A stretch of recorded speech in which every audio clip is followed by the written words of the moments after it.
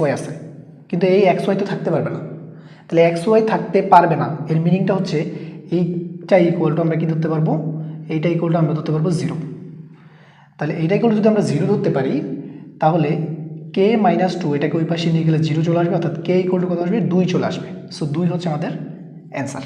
ঠিক আছে, সো এটা হচ্ছে টাইম কনজিউমিং একটা প্রসেস। বাট এখন আমরা দেখবো হচ্ছে rocket process. What is the rocket process? মাত্র 5 সেকেন্ডের মধ্যে তুমি এটা দেখে শেষ করে ফেলতে পারবা। ঠিক আছে, তো দেখি আমরা আসলে কি ঘটনাটা ঘটতেছে।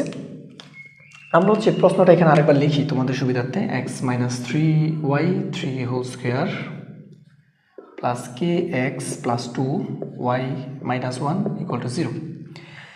তো আমাদের এখানে এক্স ওয়াই আসার সম্ভাবনা কোন কোন জায়গা থেকে আছে দেখো। এই দুইটাকে গুণ করলে কিন্তু এক্স ওয়াই আসার সম্ভাবনা আছে, তাই না? অর্থাৎ দেখো কে এক্স এবং এইটাকে যদি গুণ করি তাহলে এক্স ওয়াই আসবে। আর এইখান থেকে কিন্তু এইখান থেকে এক্স ওয়াই আসবে, হয় 2xy আসবে অথবা মাইনাস 2xy আসবে। ঠিক আছে, এই পার্টটা থেকে যখন দেখবা যে a plus b plus c square এই ফর্মেটে আছে, এখান থেকে কিন্তু 2xy আসবে অথবা মাইনাস 2xy আসবে। তাহলে আমি বুঝবো কীভাবে যে 2xy আসবে বা মাইনাস 2xy আসবে? যদি দেখি আমরা x এবং y এর সামনে যে চিহ্ন আছে চিহ্নটা একই, তাহলে আসবে প্লাস 2xy।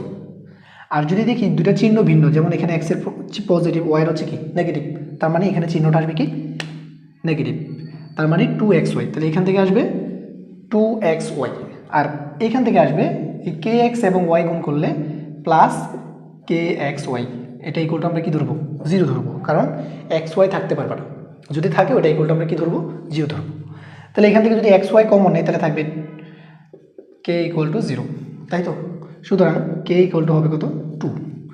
তাহলে দেখছো 5 সেকেন্ডও লাগবে না, যদি তোমরা প্র্যাকটিস করো দেখবে যে 2 সেকেন্ড দেখেই তুমি বলে দিতে পারবে অ্যান্সার কী হবে।